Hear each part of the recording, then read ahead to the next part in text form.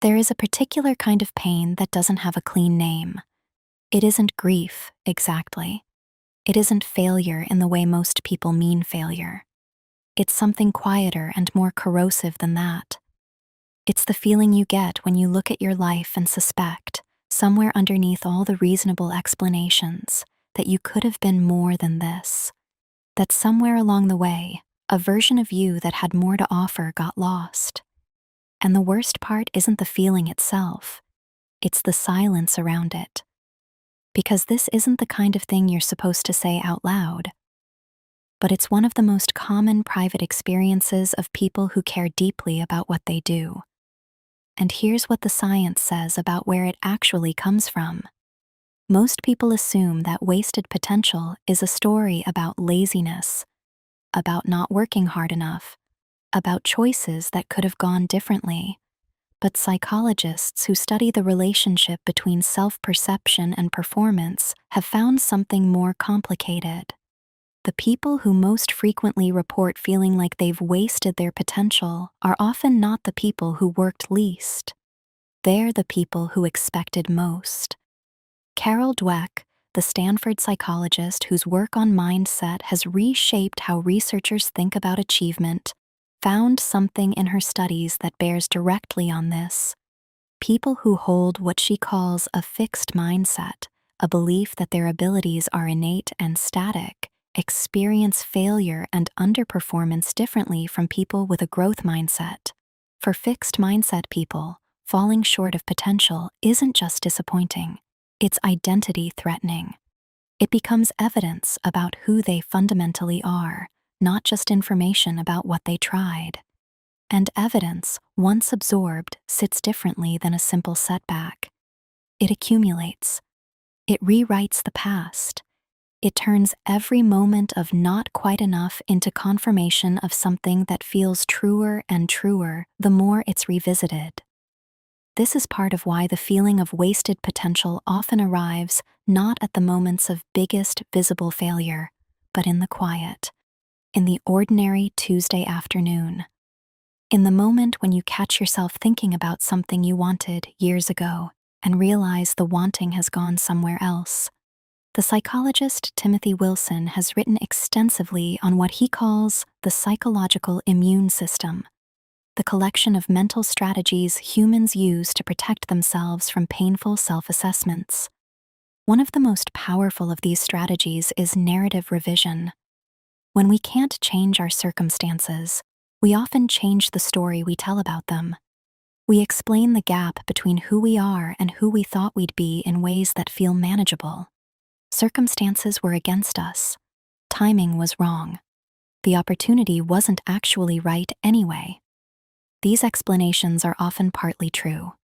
But Wilson's research found that the psychological immune system, as sophisticated as it is, doesn't always work cleanly. Sometimes the gap between who we are and who we thought we'd become is too large to fully reframe. And when that happens, the feeling doesn't disappear. It goes underground.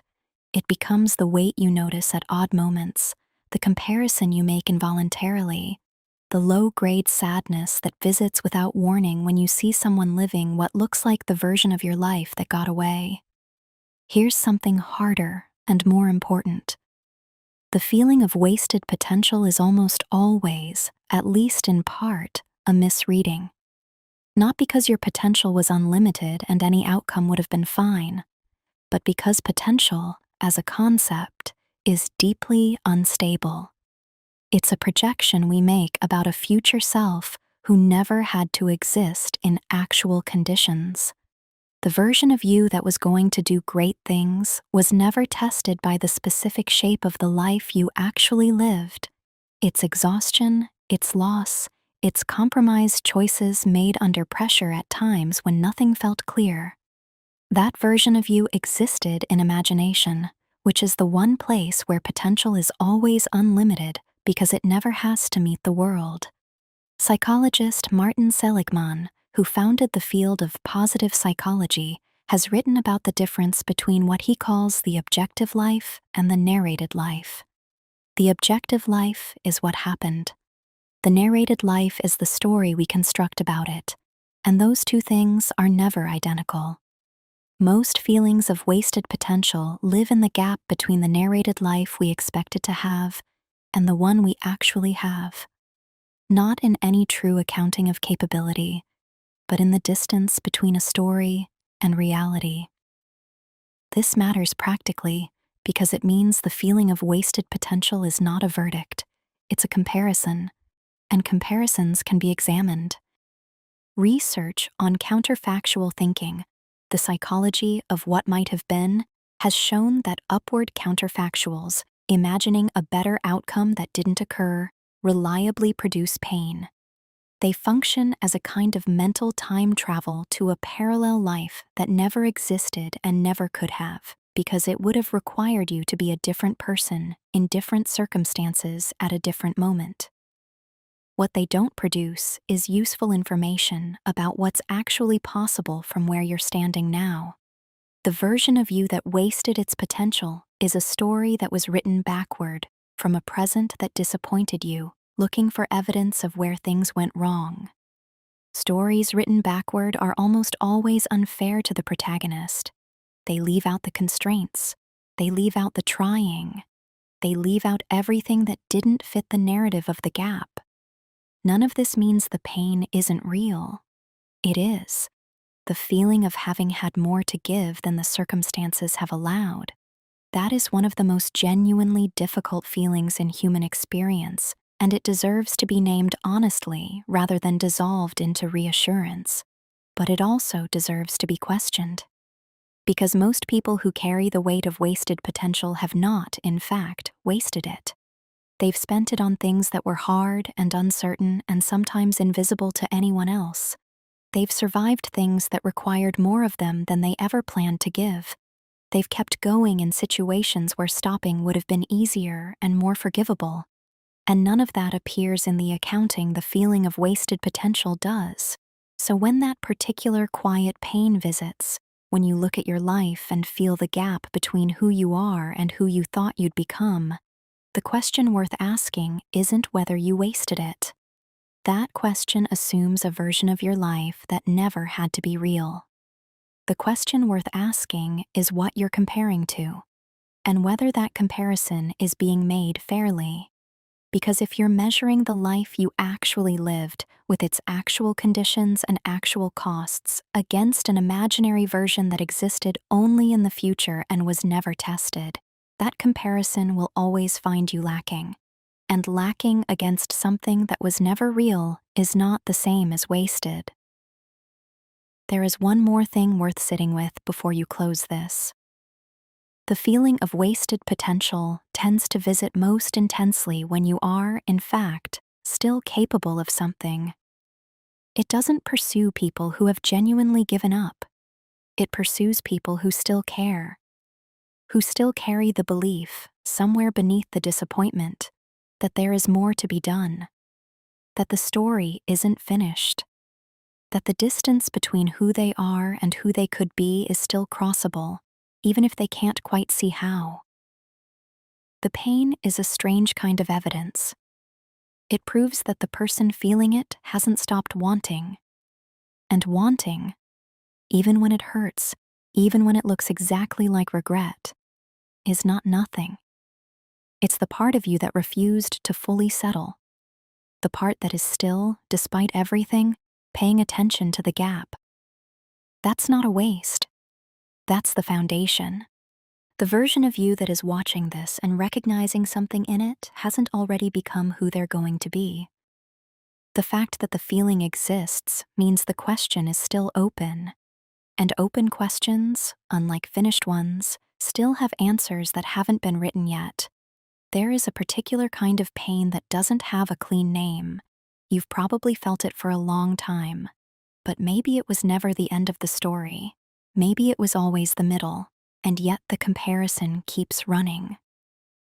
Research on what psychologists call the spotlight effect, the tendency to overestimate how much others notice our shortcomings, suggests that one reason this feeling is so isolating is that we assume everyone else is looking at us and seeing the gap we see in ourselves. They aren't. They're carrying their own version of this same quiet weight.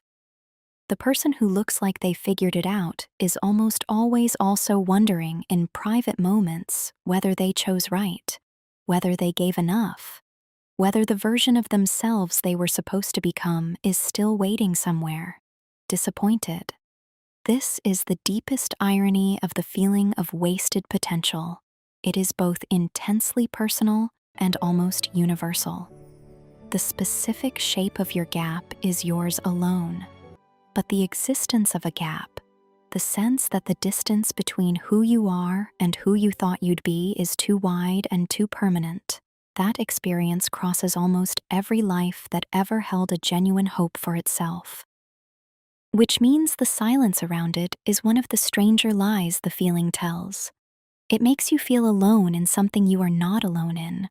It makes you feel uniquely behind in a race where almost everyone is quietly unsure whether they're ahead or behind, or even running the right course. The weight of this feeling is real. The verdict it claims to be delivering is not.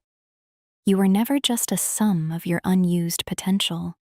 You were always the person carrying it, through everything the world put between you and the life you imagined, still finding ways to move, still caring enough to feel the distance. That's not wasted. That's what it looks like to have been trying all along. The science makes one more thing clear.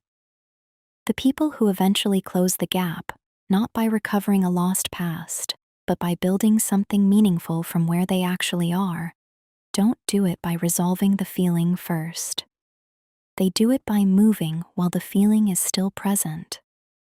By acting despite the weight of the comparison rather than waiting until the weight lifts. Because the weight doesn't lift first. Action is what eventually changes the narration, not the other way around. And you are still here. Still capable of action. Still watching this video. Which means the question of what you're going to do with what remains is still very much alive. There is a particular kind of pain that doesn't have a clean name. You know the one. But the story it's been telling you about yourself was written backward under unfair conditions, against a version of your life that never had to be real. The version that does have to be real is this one. The one you're still in. That's the one that still has time.